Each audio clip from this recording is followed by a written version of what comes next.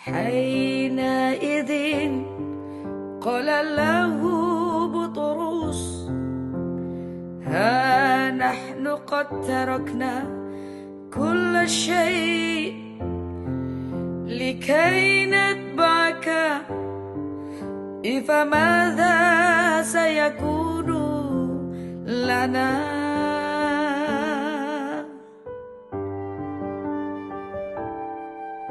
Halo teman-teman, berjumpa lagi dengan saya Brother Phil. Kali ini kita akan menanggapi beberapa pernyataan Ipung dan Bangkei dalam video debat mereka bersama dengan Pendeta Budi Asali dan Ibu Fadilah. Sebelum kita tanggapi, kita saksikan cuplikannya berikut.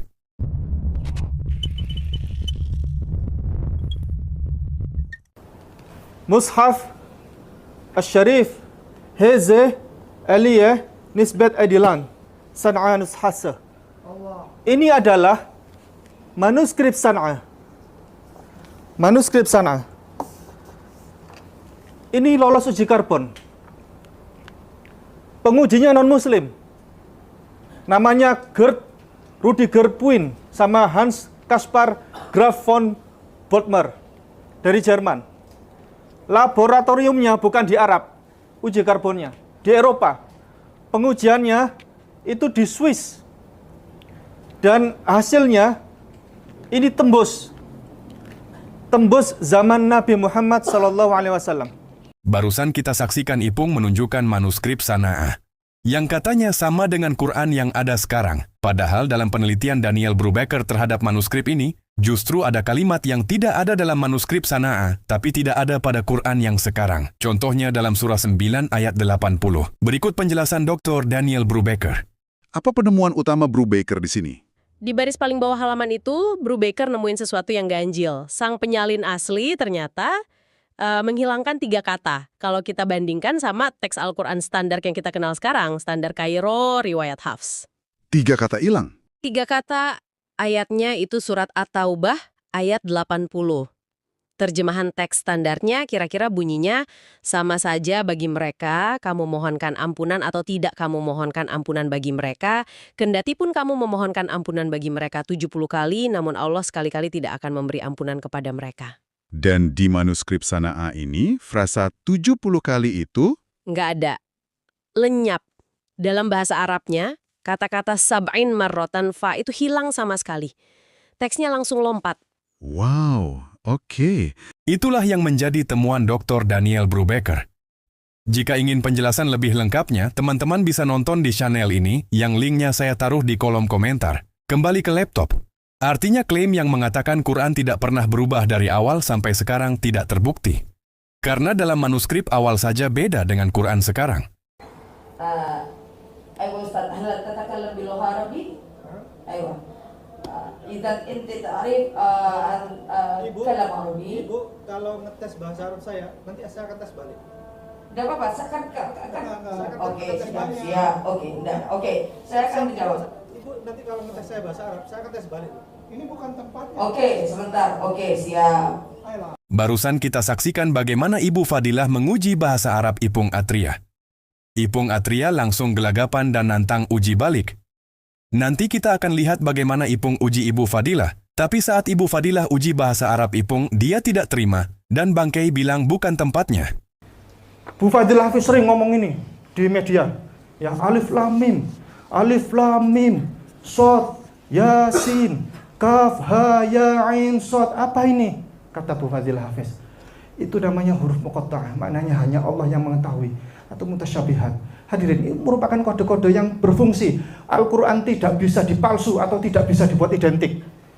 Ini jelas, ini mengajari manusia bahwa kalau membuat surat resmi dan formal, maka sangat perlu diberi kode surat. Biasanya hanya membuat pembuat surat yang tahu artinya. Hadirin, seperti ini. Itu kode-kode. Ya. Al-Quran tidak identik dengan kitab manapun atau buku manapun, dengan naskah manapun. Hanya Al-Quran saja yang mengajarkan pemberian kode dalam pembuatan surat resmi dan formal. Bible tidak.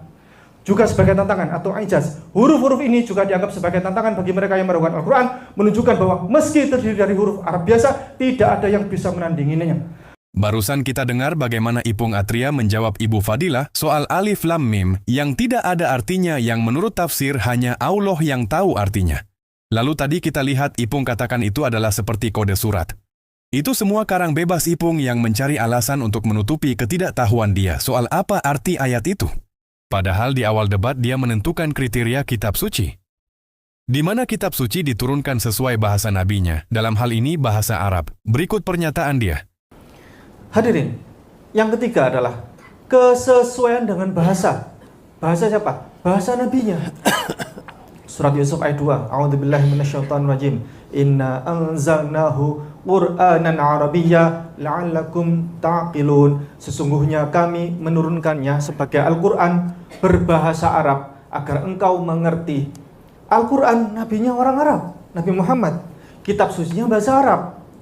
Barusan kita saksikan Ipung mengutip surah Yusuf ayat 2. Di sana dikatakan Quran diturunkan dalam bahasa Arab supaya kamu dapat mengerti. Faktanya ada ayat dalam Quran yang orang Arab asli sekalipun tidak mengerti artinya. Berikut ini tanggapan Pendeta Budi soal jawaban Ipung Atria. Surah 2 ayat 1 ini ya. Alif Lam Mim. Lalu ini catatan kaki dari Kemenak ya. Dalam Al-Quran terhadap 29 surah yang dibuka dengan huruf Arab yang Muqattah. Dibaca nama hurufnya yaitu Alim Lam Mim, Alim Lam Ra dan sebagainya. Lalu di sini dikatakan hanya ala SWT yang mengetahui makna sesungguhnya dari rangkaian huruf-huruf tersebut.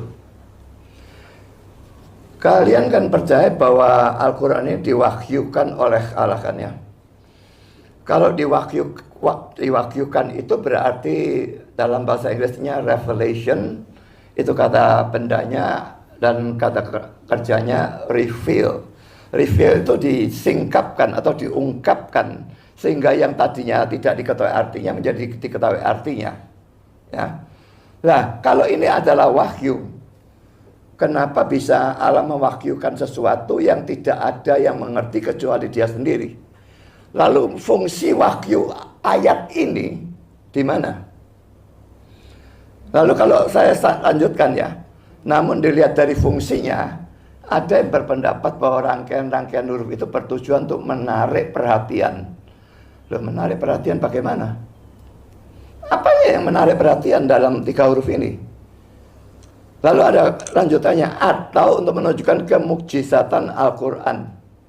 Loh, bagaimana kemukjizatan Al-Quran ditunjukkan dengan 3 huruf yang tidak dimengerti artinya? Kalau tadi Ipung diuji bahasa Arabnya oleh Ibu Fadilah dan Ipung tidak sanggup, maka sekarang Ipung menguji bahasa Arabnya Ibu Fadilah. Uji tes bahasa Arab pendeta Kristen. Bu Fadilah Hafiz, ini mohon dibantu dibaca. Dan tolong diartikan. Tolong diartikan. Enggak apa-apa. Saya kasih waktu santai. Baik. Li'annahu amrun ala amrin, amrun ala amrin, fardun ala fardin, fardun ala fardin. Huna qalilun hunaka qalil. Mohon dibantu artinya Bu Fadilah Hafiz. Sebab ini harus ini dan harus itu. Meski begini, meski begitu. Tambah ini, tambah itu. Yesaya 28, Pak. Iya. Perlu diketahui bahwa makna dari Bu Fadilah Hafiz tadi salah. Maknanya ini. Da, bla, bla, bla, bla. That's a good little girl. That's a good little boy. Ini bahasa Inggrisnya ini. Bible Gateway. Kitab Yesaya 28 ayat 10 MSG. Bahasa Indonesia. Sebab harus ini, harus itu. Mesti begini, mesti begitu. Tambah ini, tambah itu. Barusan kita saksikan, untuk membalas alif lam mim yang tidak diketahui artinya, Ipung datang dengan kitab Yesaya dalam bahasa Arab dan menguji bahasa Arab Ibu Fadilah. Karena Ibu Fadilah bisa membacanya, Ipung tidak komentar. Dia malah bilang terjemahan Ibu Fadilah itu salah. Dan dia menggunakan terjemahan bahasa Inggris yang sudah diparafraskan. Terjemahan The Message atau disingkat, MSG. Versi yang ditunjukkan Ipung. Da, bla, bla, bla. Menggunakan metode parafras. Penerjemahnya, Eugene Peterson, berusaha menangkap nuansa ejekan dalam teks tersebut. Ia ingin menunjukkan bahwa orang-orang yang ditegur Yesaya merasa ajaran sang nabi terdengar seperti ocehan kanak-kanak atau pelajaran dasar yang membosankan. Sementara terjemahan formal, contoh, TB atau KJV, versi seperti terjemahan baru, TB, LAI biasanya menerjemahkan lebih kaku formal, sebab harus ini harus itu, mesti begini mesti begitu. Ini berusaha mempertahankan arti kata per kata dari Tesaf dan Kaf. Jadi dalam hal ini Ibu Fadilah tidak salah. Saya ingin menanggapi tentang Alkitab. Yesaya 28 dulu saya tanggapi. Li'annahu tadi apa? Amron. Amron itu apa Ustaz? Bukan bla-bla Ustaz. Tapi Amrun. maknanya tadi Maknanya tuh artinya apa? Sekarang saya tanya Ustaz. Idzan antum takallam Arabi, sekarang saya tanya Ustaz. Sekarang tadi di makna yang bahasa Inggris tadi Kan, bla bla bla. pakai bahasa Inggris, sekarang bahasa Arab. Kalau bahasa Arab di bahasa Indonesia kan amrun artinya itu perintah. Ustaz. Ya, enggak. Barusan kita saksikan bagaimana Ipung diuji lagi bahasa Arabnya. Ipung Sengles tidak bisa jawab. Giliran uji bahasa Arab Ibu Fadilah Ipung jago. Giliran ditantang balik, Ipung ciut. Dia berpatokan pada terjemahan parafrase. حينئذ قال له بطرس ها نحن قد تركنا كل شيء لكي نتبعك فماذا سيكون لنا